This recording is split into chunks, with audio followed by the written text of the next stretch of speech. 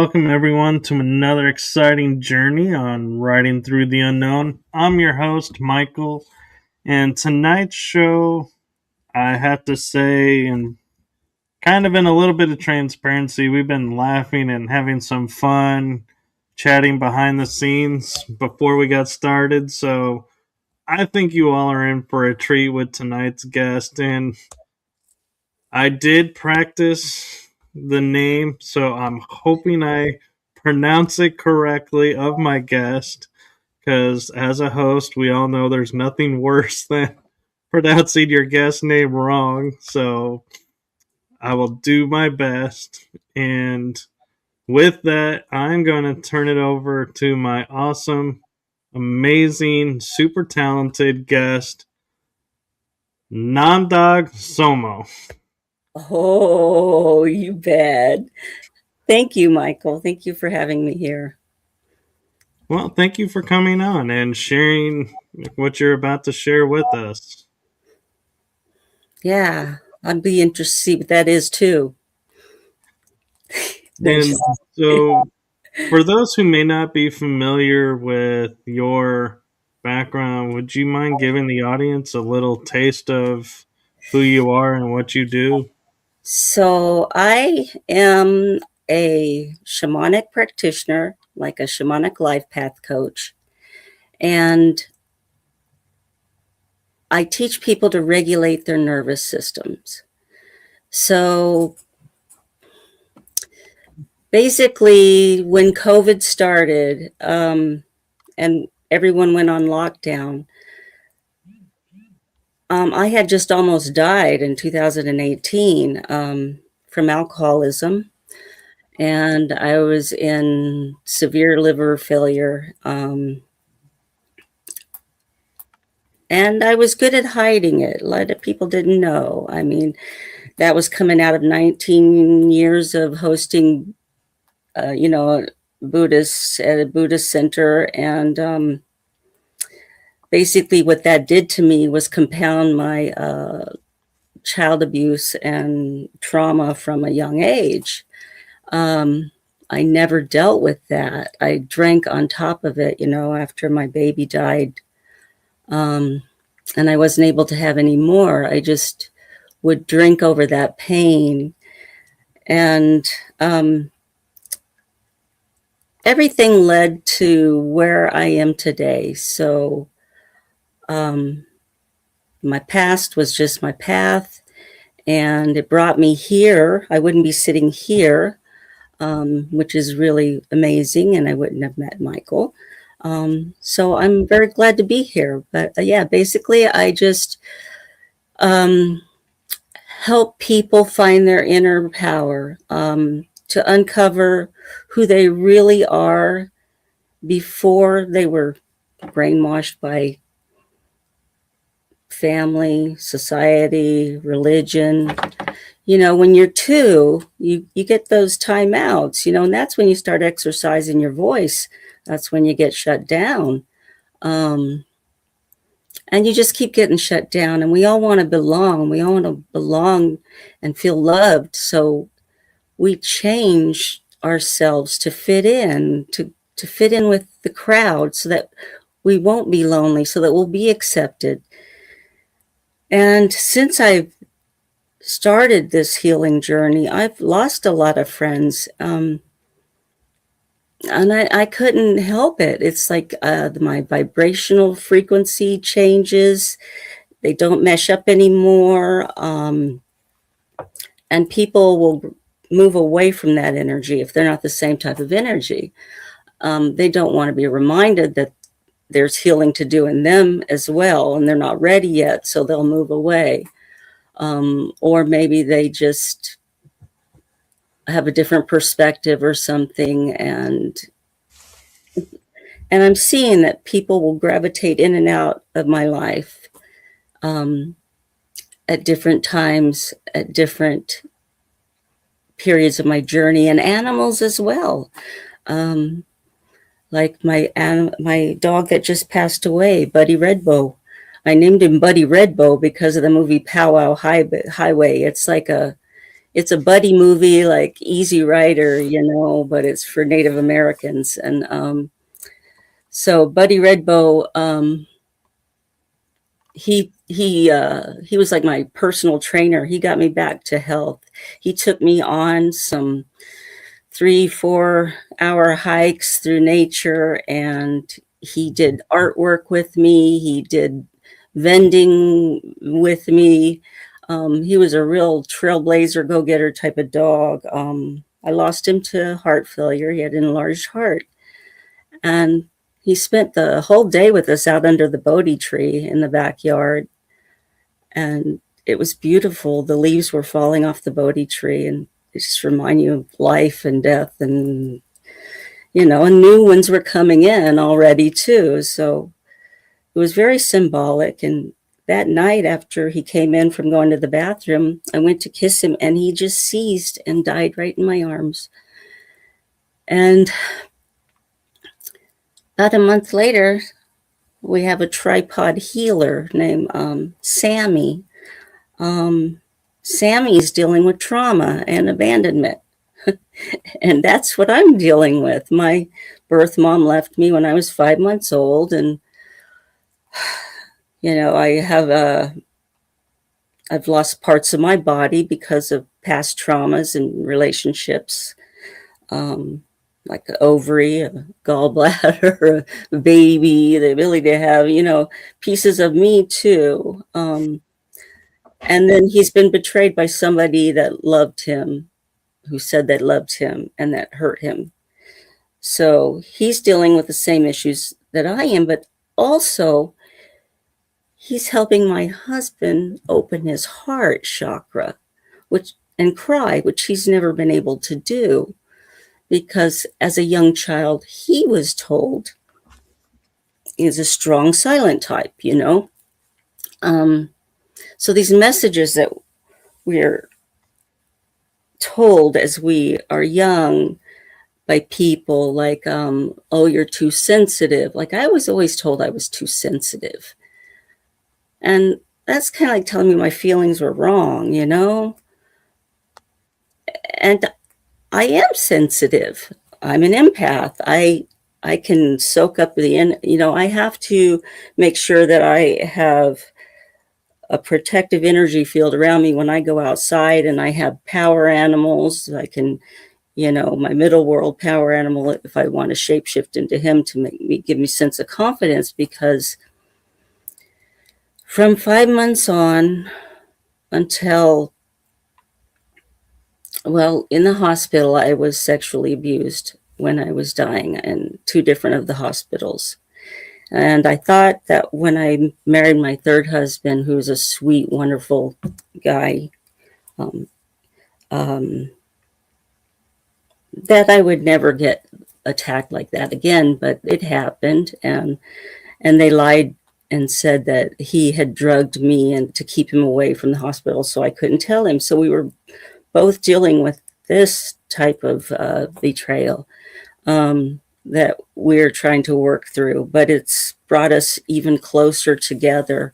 Me almost dying's brought us even closer together. You might say the first part of our relationship was codependent, so since 2018, I figure that's how long we've really been married, because we've really been seeing each other and not our idea of what we want the other to be. We've not been expecting the other person to heal anything in us. Now we're taking control. I'm looking at my inner children. I have like 5 or 6 of them in there, different ages, that are screaming for attention. So I like to do like inner family system type improv, drama therapy, stuff like that, because that's kind of like a form of hypnosis. And that you don't know what's going to come out. Like you have a certain scenario, you're like, okay, this person said they're going to show up and pick you up at so and so time, but they didn't. And the inner characters are like your critical inner parent, your loving parent, maybe your inner child, your little and of course, the inner child's hurt. So the dynamic, the critical parent's always going to be repeating those things back to you that are negative about yourself. And what you got to do when that happens is tap into your loving parent. Your loving parent is your higher self, and you got to give those inner children love and good talk, and everyone needs to remind themselves how powerful they are, because we are born like shamans until we get all that layers of film, false beliefs, dogma, blinders, fear. Fear is the biggest control thing of all. So since it's been getting scary in the world lately, I've stopped cooking and baking cookies and cooking for Buddhist communities and stuff like that, and cooking for AA and all that. I started out in AA, and then I went to other programs to help with the inner children. But because the abuse and trauma that I went through were so deep and for such a long period of time, and from people that I was supposed to trust, I started saying, I need a shaman to my husband. And then I did start my shamanic studies with my mother when I went to California when I was 16 and pregnant, to meet her for the first time since she left when I was 5 months old. And she got me started on shamanism. I didn't believe in God at the time. I stopped believing in God because, I was raised strict Southern Baptist. It was like, I think, religious abuse. And, when I was getting baptized, my purse got stolen. That kind of put a little light on. Anyway, so, within a year, and I was young, so 5 people died, including my grandfather, who killed himself, shot himself in the head, and my brother and I found him. So I was just like, there's no God. But, my mom, when I went to California, she'd give me this crystal, not this one here. This one's just my smoky quartz. But she gave me a little crystal, and her spirit animal was owl. And so I named it Owl, but I laughed at it. I thought it was silly, because I never heard of crystals and stuff like that. But I was like, sure, okay, I'll put it in my pocket. She's like, carry it with you wherever you go. And so one night, it was August 1986, I'm walking with my friend up in Matilha Canyon in Ojai. And we're witnessing, we're just going to 20 minutes away up the canyon to my brother's house on foot to bum a cool cigarette, because we like the cools, because you get that and it was kind of chilly outside, and we're like, let's go to Mark's and get a cools. So we're walking up there, and there's all these shooting stars, and like 30 or 40, and in that much that amount of time we walked there, and I felt like I felt strange inside. And my friend Dirk, he was like, well, you coming in? And I'm like, no, I'm just going to stay out here for a little bit. And I was by a picnic table, and it was the same picnic table that I used to dance under the moon to all the time. I put on Bob Seger or In Excess, blast at my brother's trailer, and I would just dance out there, and it would just let the stress fall off, and it just felt so good. So Dirk went in the trailer, and I was feeling all ooey gooey inside, and I took the crystal, and I'm like, all right, I guess it's worth a shot. I'm going to have an open mind. I've always had an open mind. So I said, okay, God, that was really good, but if you really exist, I'm going to need some real proof. And I held up the crystal, and I started going, show me your magic, show me your magic. And I stopped like in mid-sentence because there was a spaceship over me. There was like a white light in the center, and there were colored lights that were blinking simultaneously, and then just a circle of like white lights over outside. And I was just like, they couldn't move. And then it turned sideways. It was like flat, but it turned sideways and came at me like a plate. And I just like ran. I was, oh shit, I ran and I tripped over a stool and fell flat on my back, and it flattened out and it just skimmed right over my body. And I got to my feet and I called for Dirk to come out of the house. I'm like, Dirk. And he comes out and it was going off towards the mountain. And he's like, whoa, that's a UFO, gnarly. And I was like, you see it too? And he's like, yeah, man, that's a UFO. And I'm like, oh my God, because I thought I was like losing my mind. And so I was so excited, and we went home to tell my mom about it. And she was so pissed off. And I'm like, thought she would be excited. And um, she's like, you've been gone all night. And we'd lost like 6 or 7 hours and we couldn't explain it. And Dirk was like a hardcore biker guy. And he was like, always his house was the biker house. And he like overnight turned born again Christian. And then I got hungry for spiritual knowledge, and I was devouring inner child books. That's when I found Healing the Child Within at an outside bookstore.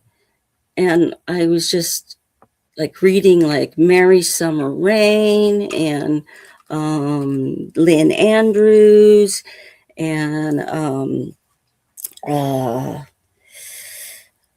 I forget this one Native American guy,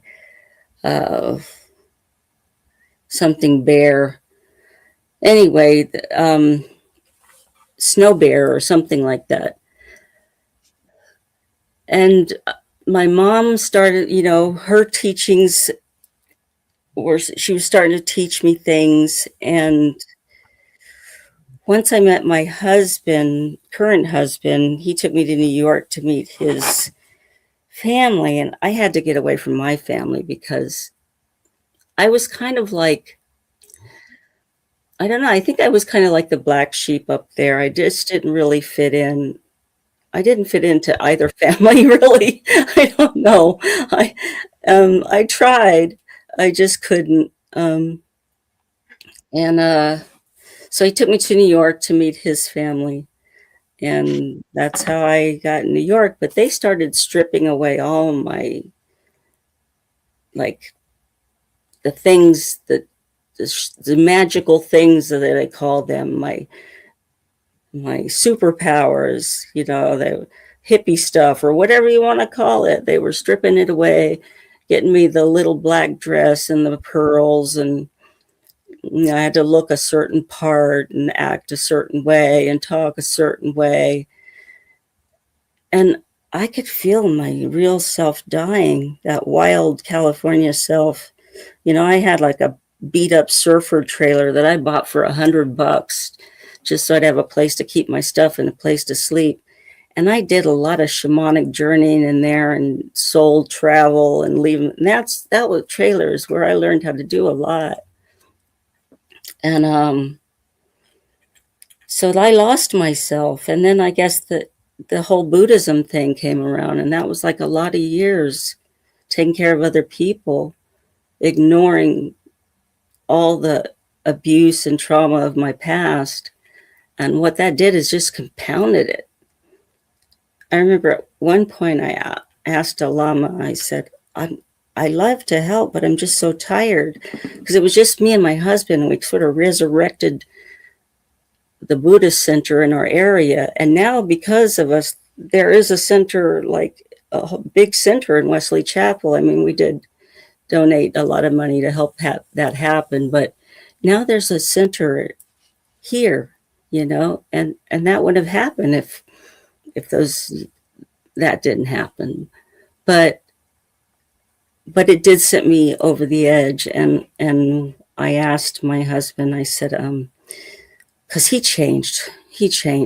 I mean, he was looking for spiritualism, and I prayed to God when I was a little girl. I'm like, I want a husband, I want him to be a writer, I want our relationship to be 50-50, and spirituality's got to be important to him. And this was a prayer I said on the edge of my bed when I was a little girl, and I could feel the energy behind me, and it was his energy. Because when I met him, and when he finally touched me, I mean, we were friends for a while, but when he finally touched me, it was that same energy. And boy, did I get the religion part. I got more than I bargained for there, though. you know but he was a great guy, and I wasn't going to lose him to the Buddha. And so, one day, though, I asked him, I said, are you going to leave me and become a monk? And he said, I'll do whatever my root lama tells me to do. And I started drinking again after 10 years not, but I was white knuckling it. I had no programs or anything. So I thought I could stop after he came back to his senses and kind of realized that, Buddhist monks are just people too, and prone to flaws just like anybody else. And it's inside where you got to do the work. You're the one that's got to do it. You can't expect somebody else to do it for you. You have all the power you need. And so we're back there now, but I couldn't stop drinking. It got me so bad. I had the big belly, the sloshy legs, sloshing, and the water just coming out. And yeah, I spent like 5 or 6 months trying to live. And then after I got out, I wasn't sure I was going to live either for a while. When I got to AA, they were saying one day at a time. And I was thinking, I don't know if I have one day at a time. But I did. And so after I got stronger from not drinking, then it was time to work on the inner child issues and all that. And, I got to that point where the words just fell off. Talk therapy wouldn't help. And I knew I needed to do a deep dive, and I've been deep diving ever since. And I said, well, if I'm learning this right now, there's got to be other people that want to learn it too. So I started writing articles and I put them out. I will have to say it's divine inspiration, though, because I don't know what I'm going to write about. It just hits me in the head, like all these shamanic masks. I just got visions of them, and they just kept coming. And now I'm surrounded by shamanic drumming masks, and I don't know what to do with them. But when spirit talks, you listen, So yeah. So I made it, and who knows? Maybe somewhere down the line, something's going to happen with all the shamanic drumming masks. And I know that I get thank yous for the articles because I put exercises in them. And I don't want people to have to pay an arm and a leg to get better, to get back to themselves. I mean, their authentic selves was stolen from them, so why should they have to pay an arm and a leg to get them back? It seems like all you got to let people know is they have the power to do it. Just follow some and believe that they have the power to do it. Right. And one thing that you brought up that I have never heard anybody else bring up that I think is actually brilliant and could maybe help a lot of people is we all hear, oh, you have to work on your inner child or do your shadow work with your inner child, to heal your inner child. And we think, okay, so there's one inner child that's doing everything for us. And when you were saying, yeah, you have like multiple inner childs, I was like, well, that makes sense because we would have our like 10 and under inner child, our preteen inner child, our teenager inner child, young Yeah. adult inner child, where those are all levels where we're still learning. Mm-hmm. And it would make sense why, at certain age, material, the inner child healing work necessarily, it does work, but it doesn't really hit the core, and you're having to repeat it a lot because we're talking to the wrong inner child. Hmm. Well, I think it's different for everybody, but for me, it's I had certain traumas when at the prepubescent age. There was a lot of ages that got hit. So I have like a 5-month-old, a 4-year-old, a 6-year-old, a 9-year-old, 11-year-old, and then the teen, the 16-year-old that lost the baby. The teen that's your anger. The teen is usually your anger. When you're angry, that's the teen. When you're sad, it's usually one of the little ones, And when you're talking badly about yourself or down on yourself, that's the critical inner parent. And when you the loving parent is coming from your higher self. So everybody needs to tell the critical inner parent to work with the loving parent, because she's given the inner children what they didn't get from the parents. So it's up to the individual to give themselves that love that they crave from the outside world, because they're not going to get it the way they want it unless they give it to themselves. And Right. And it makes sense too, as we think about, like, you were saying, like, the teenagers, the teenage years are usually the anger years where there's the acting out. And so it makes sense that that love would be different from, say, the little child who was like, I was scared over this. That's a different love. And the inner child that goes, well, this person just picked on me, but I learned to do this, this, and this. Well, that's a different type of love. So there's different loves per situation, per inner child, so to speak. usually the inner So, teen looks after the younger ones too. Like she'll stick the inner teen will stick up for the younger ones and get angry for the younger ones. But then you're also got a sad part, and that's the younger ones. Um, it's just about feeling what's going on. And I think like um, Richard Schwartz has um, a book out, Internal Family System book. It explains all the different parts.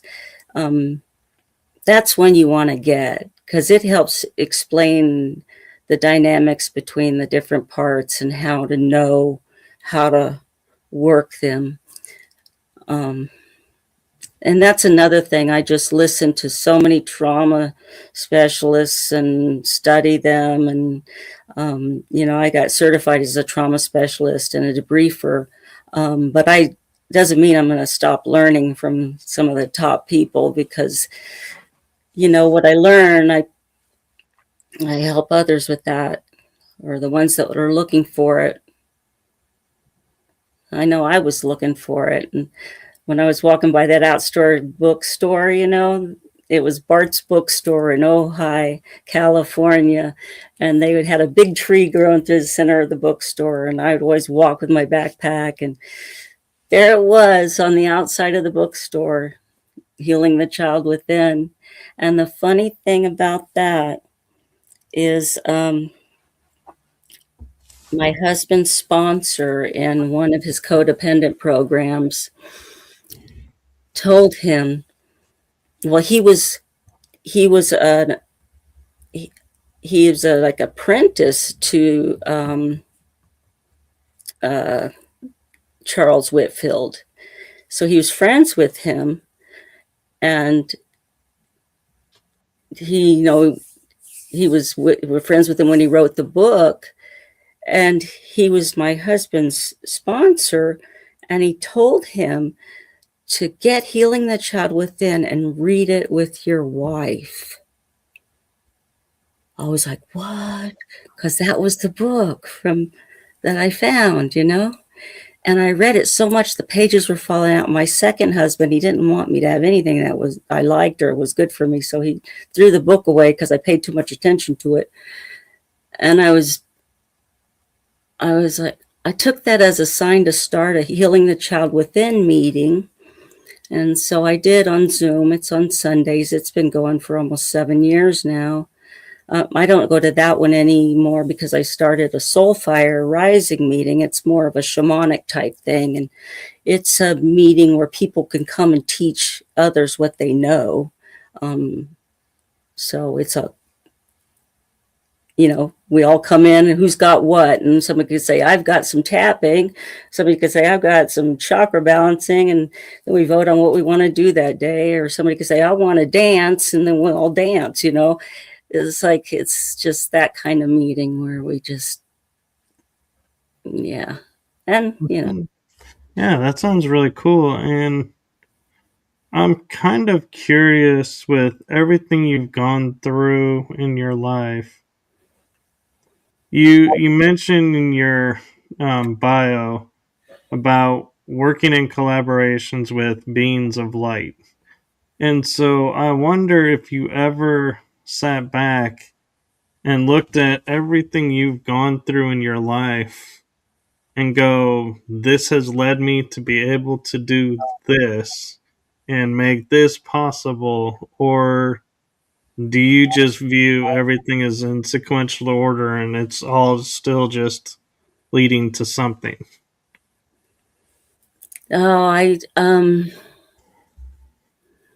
It feels good to love my parents and not be upset at them anymore. And my mom helps me with art now. And I never got along with her when she was alive. And she's on my screensaver on my phone now. It's like I make shamanic ancestral healing power dolls. And my niece sent me a pair of black pants that belonged to my mom. And I used the pants to make dolls. And I stuffed the dolls, like my nieces sent everything they wanted me to adorn it with or put in it, memories of her. So it's got herbs and memories inside the doll. It's my mom's pants. And then I decorate it. And it's supposed to do ancestral healing. And it's by my front door. And then I have pictures of her on it. And I bet my little cards there. And sometimes I'll leave her a little cookie or a flower in there. And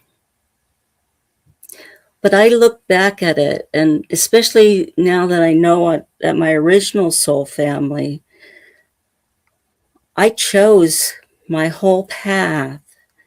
I chose to be molested as a young infant and molested all throughout my life and raped.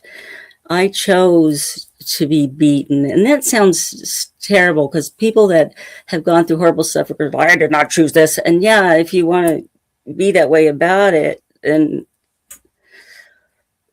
it's going to hurt more. What we're talking about, I'll just see if this helps clarify it, is we're talking on a soul level that you made soul contracts before coming that certain things would happen. We're not saying as in this realm being already born going, okay, I want you to do this so I can learn this. So we're talking two different realms of making agreements. That's what we're talking about here. You do come with an original soul agreement, but there is a time in your life you can say, I don't want to do this anymore, and you can rewrite your soul agreement. I took a soul agreement journey. That's to the upper world. You can't go alone. You have to have your spirit animal guide, upper world animal guide, or whoever your upper world guide is, take you there. And then it's from there, you have to go even further. Um, it's this whole journey. I have the way to do it on my YouTube channel. One of the YouTubes on there shows you how to rewrite your soul contract. But yeah, it's all the lessons you want to, and if the more trauma you have, then you just agreed to burn off a lot more karma, you know? Or maybe you just want to come here and you just want to have it easy. But for some reason, I chose to, you know. But now I know that I know the reason. I know the reason I don't have babies. I know the reason I can't. And I know the reason I'm here now. And I know what I'm going to do with the rest of my life. And I need to keep the medicine pure, so I'm not really attaching any monetary value to anything. Because, like I said, you know, we didn't have to pay to lose it. We didn't have to pay to get abused. We shouldn't have to pay to get our authentic selves back. We didn't pay to lose it. Mm-hmm. So I'm kind of curious with everything you've been through, and normally I'd ask, like, what was the aha moment that set all this into motion, but you've kind of already shared that along the way. And so, what I want to ask is, how did it feel experiencing that aha moment and realization of, oh, I created this and now I can change it and heal it? So, what did all that coming to you and all that awareness, what did that all feel like? And how did you manage to work your way through it all? I'm still working my way through it, little by little, because it's just gradual. I mean, and it takes a lot of patience. Um, I think that the most important thing is to go inside of yourself. Everyone, I mean, instead of looking out there for the answers, I mean, they're all inside. That's where your heaven and hell are. Which one are you going to cultivate? Um, the trauma, too, like it's not all bad. And emotions, I mean, they're not all bad. Like you could take that, the anger that you feel, and you could create some of the most wonderful art with that energy and transmute that energy into something amazing. And I love doing that. If I'm upset and I don't know what to do with that energy, I'll look right on it like something's getting made or written or something, you know. And then sometimes I'll get up and I'm like, oh God, I don't, I should write something, but I don't know what I'm going to write. And I'm like, okay, I'm just not going to write today. And then boom, something will hit me in the head. I mean, not like physically, but just something, and I'll have to write about it because I'll know it's the higher powers, that be, and they want it written. And so the things I do now are not just for myself. They have to be for the whole of humanity, the whole, animals, nature. We're even vegan now. I mean, for the most part, sometimes we get like a biryani and it has some chicken in it. But other than that,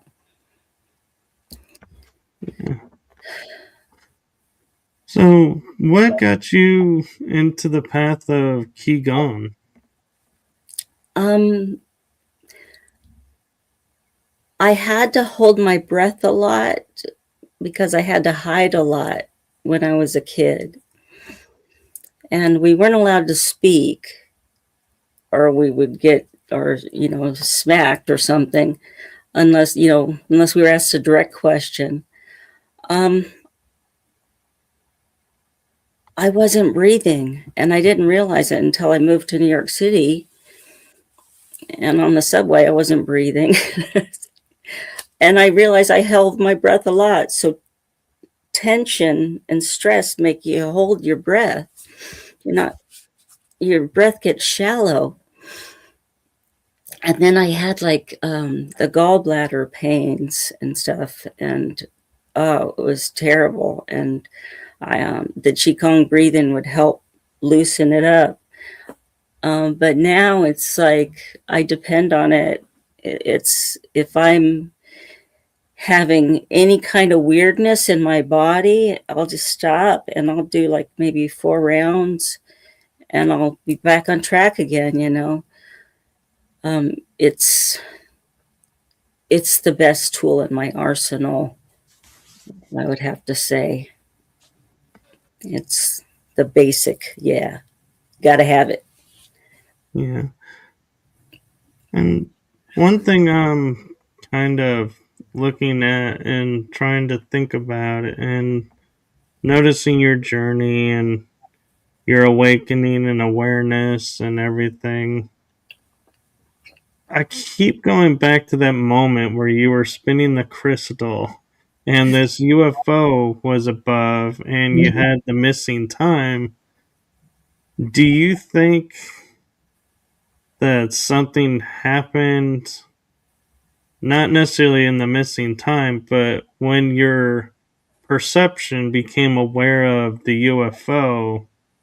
Do you think that opened up something within you and you were like all of a suddenly able to see and understand things in a new way? I think it just made me really hungry to learn everything. Yeah, spiritual knowledge. Um, and I really hate when they're portrayed as evil on movies and stuff, because that wasn't my experience at all. And even when I lived in Vegas, my second husband was extremely abusive, and my grandfather's ghost was even visit me. When my husband would leave the house, he would appear again, and so I know he was there looking after me as well. But I would have dreams that I would be abducted again, and I could feel myself being pulled towards the ceiling. I'd be walking down this road, and I would be naked, and there was like 3 spaceships, and people were running and screaming, and they were scared. And I was like, why is everybody scared? And then I'm like, oh, I got to go home and put clothes on. They're going to want to take me on a ride.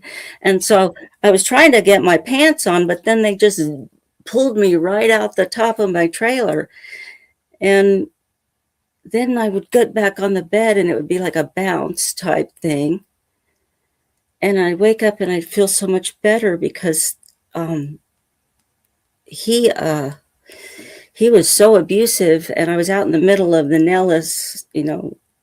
Nellis, outside of Nellis Air Force Base, in the middle of the desert, and with this guy in a trailer park.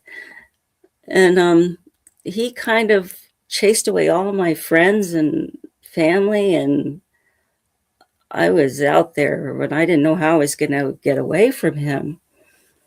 And I was having nervous breakdowns, and they would visit me, and when they would leave, I would feel calm and at peace.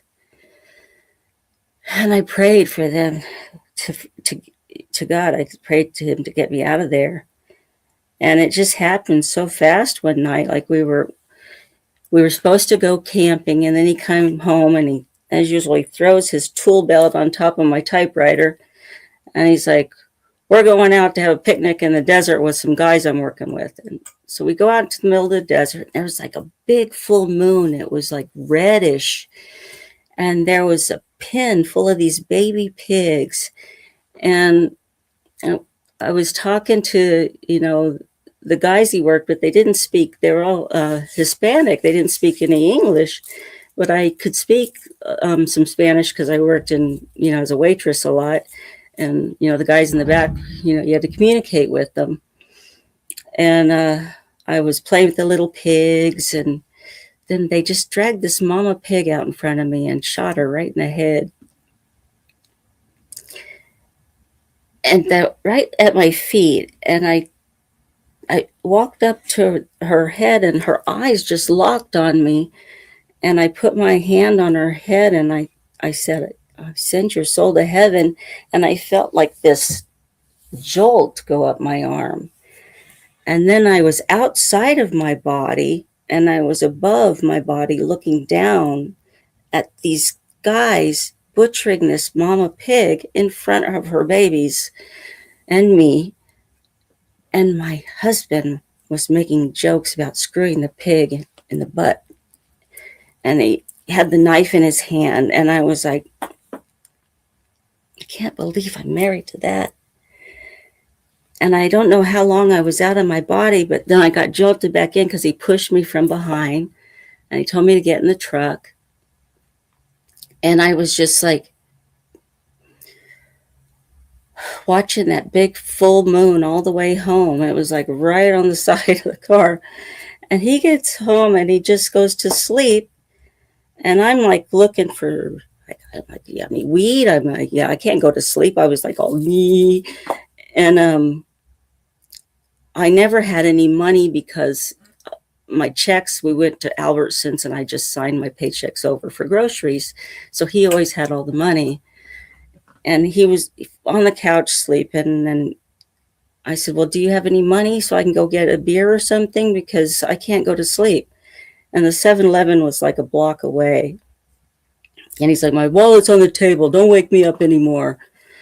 And so I'm just outside the 7-Eleven, and he rides up on his motorcycle, gets off, and just starts wailing me and throwing me on the ground and kicking me in the stomach with steel-toed boots over and over and over again.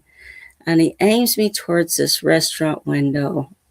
And I'm like, this is where you're going to die. I remember saying that to myself. And he just threw me on the ground and started kicking me in the stomach again. And I couldn't breathe. And I saw that he was on his bike and he was going to run me over while I was still laying there. And I just sprang up like a cat. And I ran and I found myself in an alley with dumpsters. And I'm like, this is stupid. Why are you in an alley with dumpsters? And so I heard voices. So I ran towards the voices, and it was a bar. And I just crouched in this corner, and this man started talking to me like a dog. He's like, come here, I won't hurt you, I won't hurt you, come here. I'm like, I ain't falling for that banana in the tailpipe again. You know, I will guys that say they ain't going to hurt you, and then they do. You know, I'm not falling for that again. But then this pickup spun up, and this woman opened the door, and she's like, hurry, get in. And I didn't even think twice. I just dove in that pickup, and they spun out of there, and it was a woman and her husband. And they said, well, who was that guy? And I'm like, that was my husband. And they're like, why was he doing that? And I'm like, I don't know. He thought I was cheating on him or something. He was obsessed with me cheating on him. And I never would, you know, because that's what my first husband did to me. And I never make anybody feel that way. But after that, you know, I had his wallet and there was $150 in it. So I said, take me to the bus station, because they're like, where do you want to go? I didn't have anywhere to go. So I went back to Ojai, and the bus ride was hellish because I almost got picked up by a guy, this pimp, that was watching me the whole time. And then the LA bus depot, he was trying to get me to go outside with him. And I saw this man who looked like my big brother standing by the vending machine where the bus was lining up for the next bus to Ojai. And I said, well, let me go over there and get something from the vending machine. I'm a little thirsty. And he's like, well, hurry up. And so I went over there and I pretended I was putting money in the vending machine. And the guy that looks like my brother, he's like, that guy's going to hurt you. And I said, I know.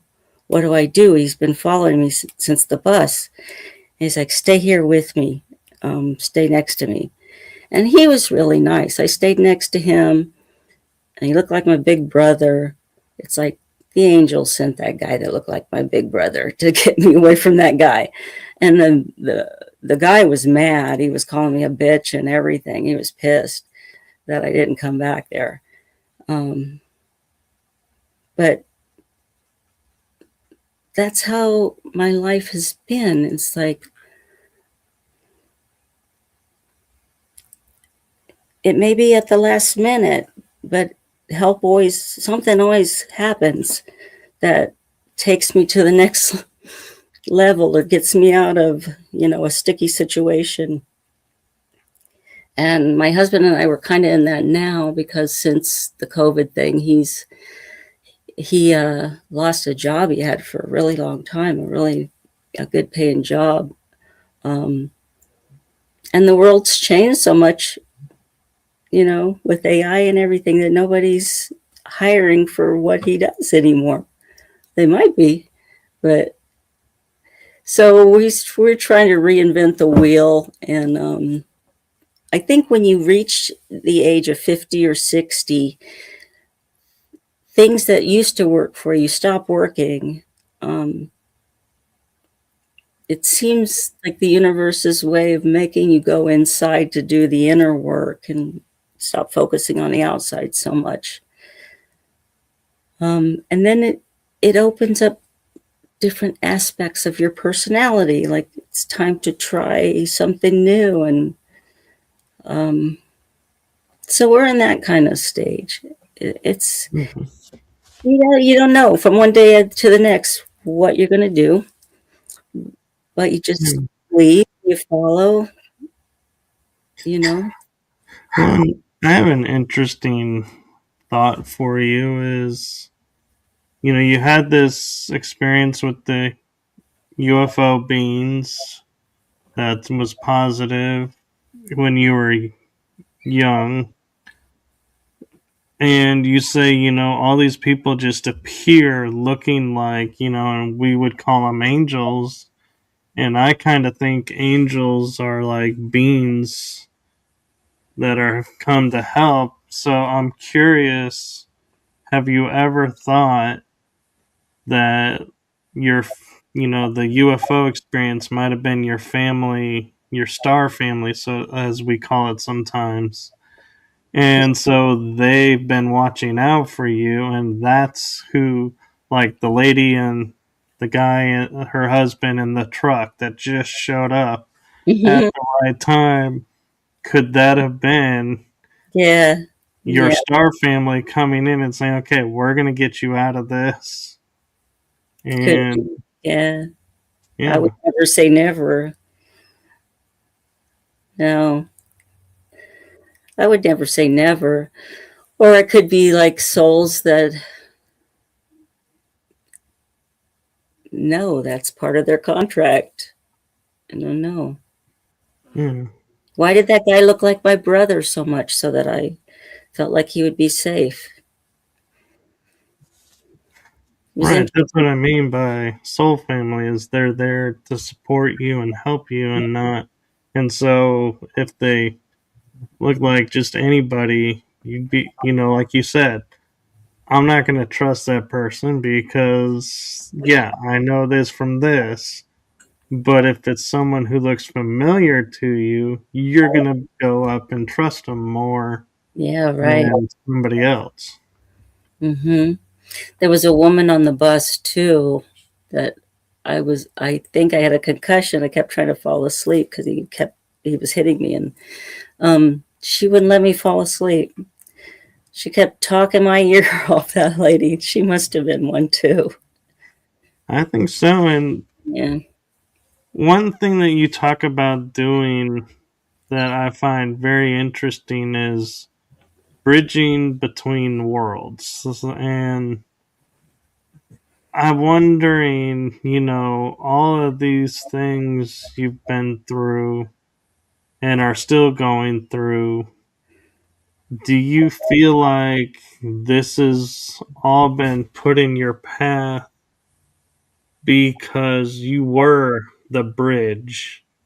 And this allows you to relate to more people so more people can, understand and you can relate the bridge effect of both worlds. And so you can help people more, I guess is where I'm going with it, because you're more relatable because everything you've gone through, there's probably like dozens of people that are like, well, I'm in this situation, but nobody understands it. And you're like, I do.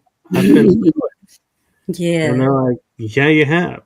There's a lot of people. I mean, a lot of people have been through some worse stuff and are going through it every day. And I, that's who I'm reaching out for. That's who I'm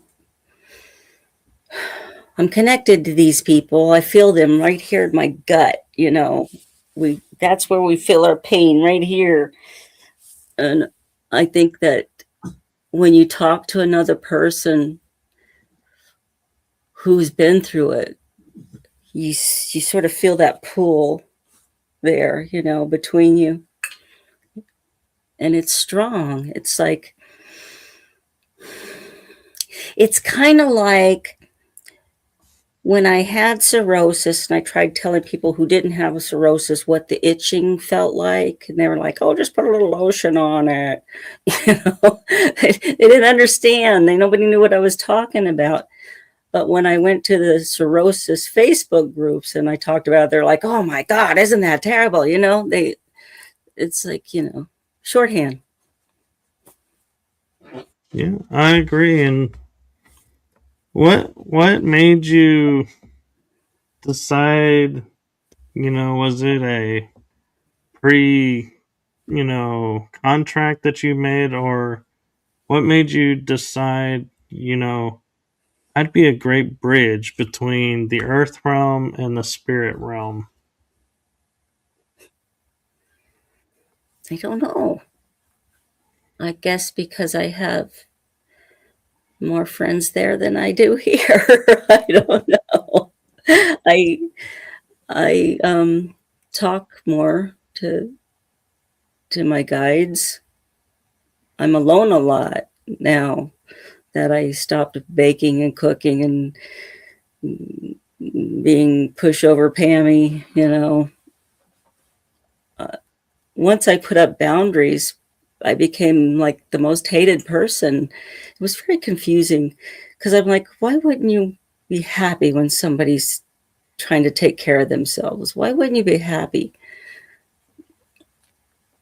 So, just in my neighborhood, you know, when I was cooking for the Buddhist people, there were people here all the time, and I would buy lots of food and I would share with my neighbors. I would, you know, but once the boundaries went up and the overgiving stopped, then I don't know, then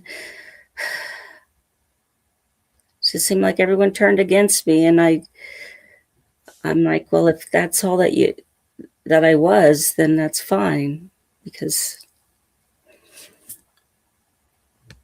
I'd rather be alone than turn away from myself again, you know.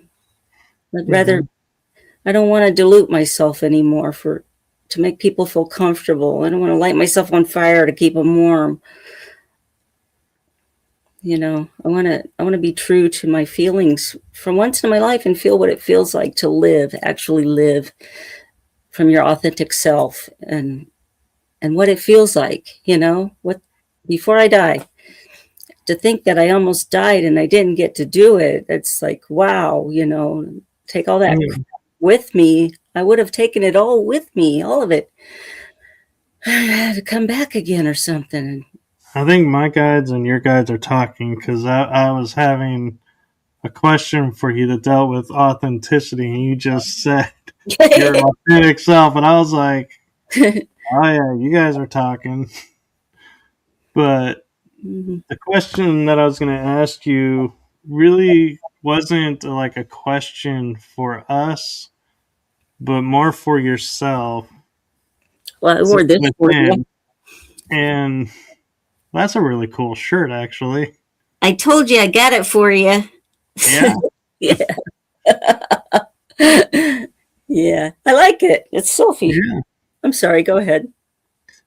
Well, actually, this is all perfect timing because with the mood you're in now and, being your authentic self, I'm curious, what would you go and say to your earliest self,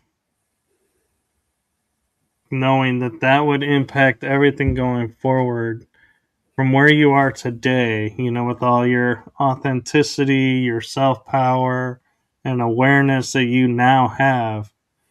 Is there something that you would say to your youngest self? I would tell her that um,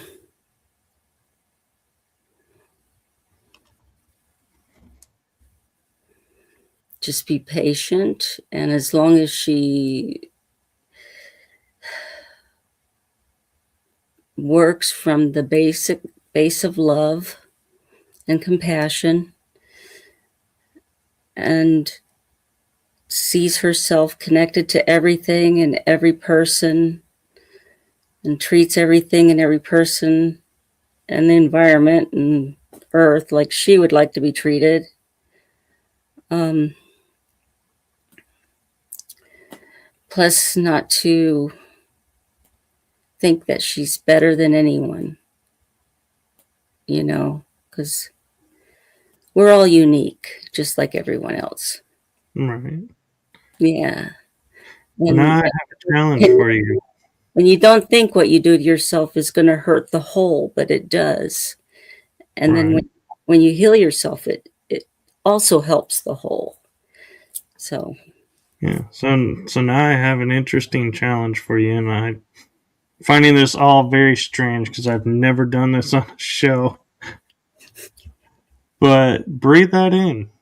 Breathe it in and own that for yourself. All that you just stated. yeah, I'm doing it. I'm, I mean, some days I get dark. Those are the shadow days. That's the Mhm. shadow. When you get those dark days, they feel like dark nights of the soul. You feel like you're dying and there is no hope. And you just want to, crawl in under the bed. It's not far enough down. You want to like go under the roots of a tree or something and just lay there for a while. But Yeah. it's an initiation and you come out stronger. Um, so I'll probably be going through that, but I'm noticing that I'm going through it less each time, and I'm getting better at. I think I'm just getting better at getting through it and understanding it and knowing how to help myself. Whereas before it was like, wow, it would, devastate. Yeah, I didn't know, but now I know, and I get really negative. So it's like, okay, I'm not writing today. I'm not cooking today. No sharp tools, no machinery. I'm in the fetal position and I don't eat either. And I barely drink anything.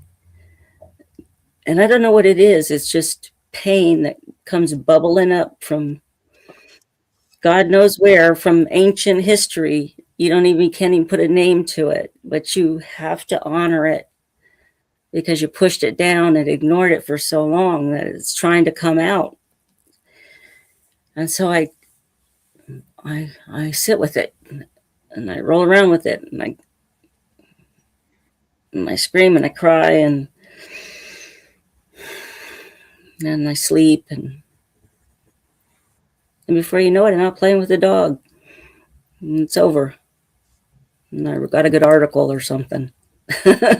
Well, there's always light and hope that comes out of every situation, whether it's dark or light. And I try to so, make sure of that too. I try to make sure that there's some good that comes out of something. yeah. And so, do you want to take some time and talk about your work with ecotherapy and expressive art? Um, well, you can use any form of art that you want. I mean, clay or paint or I've been painting rocks. Ooh, going back to the 60s.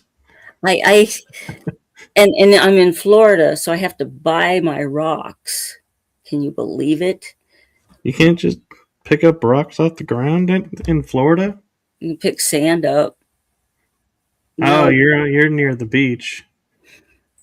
the, there are no rocks like that here in Florida. It's sad. I came from the Poconos and upstate New York and stuff like that where they have rocks. California has nice, smooth rocks. Here you got to buy rocks. But hey, I'm painting all kinds of power animals on my rocks and Vikings because, when I almost died, I found out. Well, I came out of the hospital and I was obsessed with whales and Viking ships, and so I did my DNA. And I got a lot. I didn't even know. So I got a Yeah, lot of Celtic stuff going on. Yeah, so I studied some Celtic shamanism just because I got to honor that. And basically, I said, well, I want to be a shaman for my community, and so I studied what shamans do for their community. I even got a minister's license, so I could marry somebody if they needed to be married or something. And so I'm like, okay, the shamans, if someone's depressed, nobody gets depressed because they do art, they create. We're creative beings. We're supposed to create. And if we don't create, yeah, we're going to get depressed. So go out, find something in nature and bring it home and make something out of it. Like I got these monkey ear pods. Here, let me see. Get this one. You could see her. oh yeah.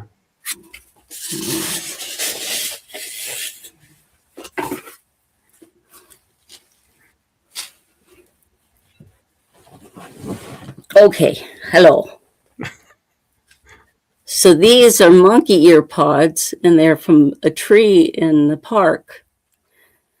And I also Okay. have them in the car because they got seeds in them, and I use it for a maraca to keep my cattle dog occupied so he doesn't get bored because the red lights last forever. So this is a shamanic drumming mask. That's really actually kind of cool and kind of reminiscent of the masks like you would see in the medicine men in some of the indigenous tribes. Yeah, I've got a lot of masks around here. There's With a I have an interesting question this and is your opinion on when we're done with these. oh, we're dead. They're all over. No, you can talk about them. I didn't want to cut you off. I just Yeah, I was just showing you that you can make stuff with nature. See, and yeah, that used to be a mouse, I guess. I had to get that off of Esty. that's that's amazing what you do with those. Those are really beautiful. And I have so many, but yeah. So this is to obscure vision, so they go into a trance. So they don't really need drugs or anything. They just the drumming and the sound of the drumming and the tone put you in a trance. Like my dog was so restless yesterday, and I just started drumming, and he went fell right to sleep. But this, if you want to have like visions and stuff like that. Anyway, so it was like crazy. It was like I just kept getting visions and visions and visions of next one, and I would finish one and another vision would come, and I'm like, oh my god. And so I've got them all over the place. I used to have them in an art gallery, but the woman that ran the art gallery, she was not a good businesswoman. She ran her business into the ground, and she left a lot of wounded people in her wake. Like she stole a lot of money from a lot of stuff from artists, and Oh, that's not good. no, I think she traumatized a lot of artists. Anyway, so all my masks are here now. And I'm like, I don't Well, know. maybe you can open a store in your place. I don't know. The area I'm in, nobody really knows what they are. I mean, Well, that's what I mean. Is it can be an online store, and oh well, I had some. I sold one to some guy in France for dancing at a disco. He used it for disco stuff, so it wasn't like this, but it was more like a, I don't know, tie beanie type with the fringes, and I had like, it was beaded out and stuff. yeah, But they don't really know what they're for. I mean, around here, they're like, oh, they're nice, but I don't know what they're for. or whatever you want them to be. Well, I figure this, the spirits told me to make them. My beings told me to make them. So maybe I just don't know what they're for yet. Because sometimes you have to wait, a long time before you know what something's all about. Like having Or like years later going, oh, that's what that's about. You know. it could also be, they're waiting for you to put it online, and somebody, say in Germany, is going, I need this, and we'll see the mask and go, that's the missing piece to what I need. And that's, what I'm they're thinking, for. I'm thinking more of a stage performance or something. Yeah, you never know. Yeah. Everybody will see it in a different light. And so, Yeah. I mean, I did have some of them online, and I don't know. but It's kind of a pain trying to sell stuff online. it is. Yeah. But And so, those vending days, and it's just me. I'm a little person. I had like all this vending stuff to break down and set up, and when you're in your 60s, come on. yeah, life should be simpler. Yeah, life should be simpler, especially when you get to be like, I had like, I think it was called a sweetheart sale, and I had a vendor booth, and I had my red straw cowboy hat up there. But when I was breaking it down, my husband was at a poetry read, in charge of the poetry reading. So I had to break it down, and I couldn't use the side door that I used to get in the mall. I had to push these things all the way across the mall. And the only friend I had, well, they were well in their 80s. And I feel like I'm torturing these elderly people. And these young kids come and they're like, can we help you guys? And we're like, yes, please. So these young, and then I decided I wasn't doing vending anymore because I'm not torturing my friends like that. Yeah, no, I understand that. And so, I have an interesting perspective type question for you. And I don't know if anyone's ever thought about or asked this, but being shamanic trained, we view, culturally, each tribe had one shaman medicine man for the tribe, and he would take care of everyone. But who took care of the shaman? He took care of himself. I'm sure he had a woman. Have you ever seen the Emerald Forest? I have. You know, need. His wife probably takes care of him so that he can take care of the tribe. It's just, it was something in my mind that I was like, I don't know that anyone's ever thought, about that we always see one shaman per tribe and how they can take care of everybody and themselves, and there's got to be a point where, you're taking on so much that you need an outlet and be like, who helps them? Well, it's not as screwed up of a society as ours is. Not as much complex problems. There's more like natural food, natural environment. They they do things like they make things, they sing, they dance. Singing and dancing please the spirits. That's prayer, singing and dancing. And that'll put you closer to anything. So there's a lot of singing and dancing going on. The whole tribe does it together. And they look out for each other. So I don't think that a shaman's job's like we would totally burn them out like the poor therapy dogs in our country, you know. The little eye twitches and stuff. That's my therapy dog. Blinky. That's my therapy dog, Blinky. Oh, Or, you go to show up to your therapist and the office has a "we're closed. We moved to this area now," and you're like, "What?" no kidding. Yeah. So, yeah. So I think that kind of life, they look out for. Now we're all separated, and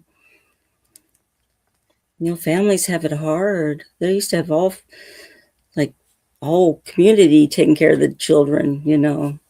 Now people Yeah. with kids, I don't know how they do it. Things are so expensive. Oh yeah. And so with we're I actually just noticed we're over an hour by 18 minutes, so I apologize that I didn't notice that sooner. Okay. But do you have any advice or any message that you feel like you want to leave the audience with? That they need to give themselves the love that they're looking for on the outside. Give themselves like whatever you want, whatever. I used to get so mad at my husband because he wasn't giving me what I wanted, like like what? I'm just gonna give myself what I want. I'm gonna eat the food that I want. I'm going to, you know, I'm gonna give myself a hug.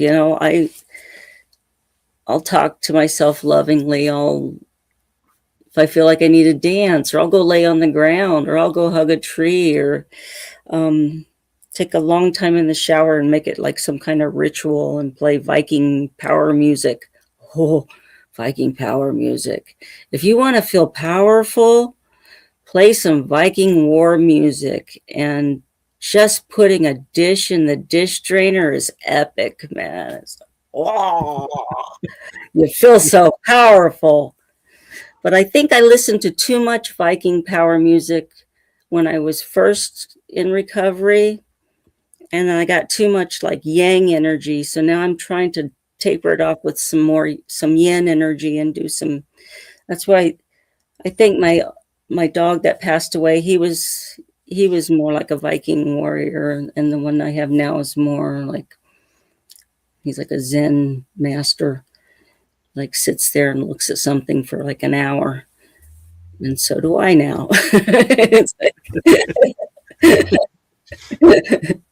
So we're tandem healing together. Yes. Well, Oh, and that's beautiful.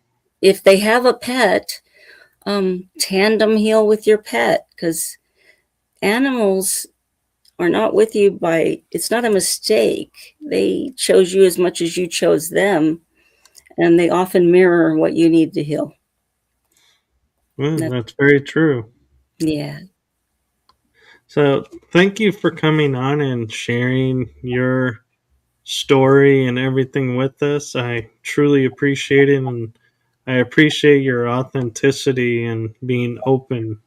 Oh, thank you. I appreciate yours too. I got my power animals here too, see. Oh, the panther and the owl. Yes. But wait, there's more. No. Well, thank you so much for having me. It was fun. Yes, it was. And I want to leave you with a little message from me to you, and that is from my heart and the heart of my show. Thank you for what you do for humanity. It is seen. You are seen. So thank you. Thank you.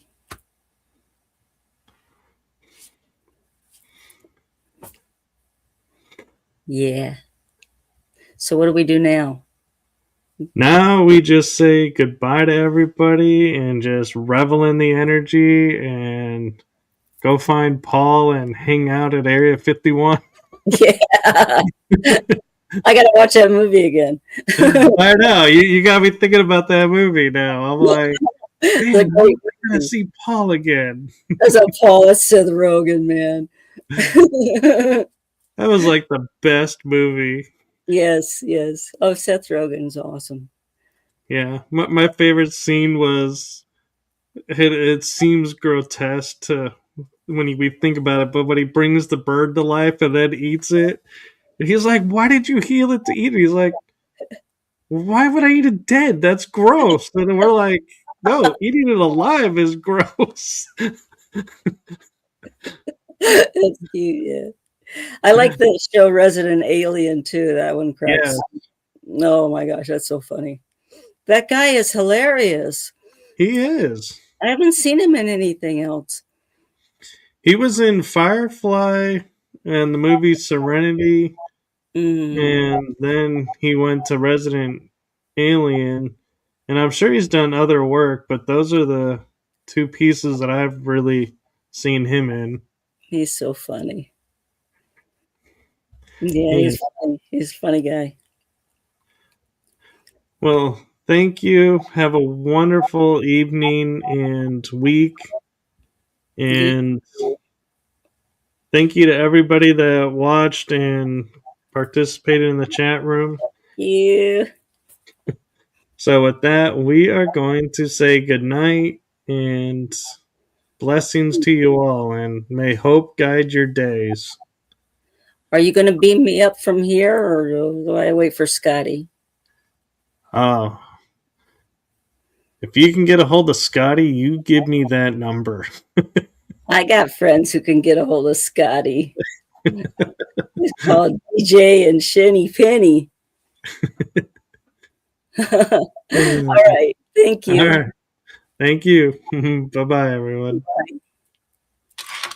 Bye.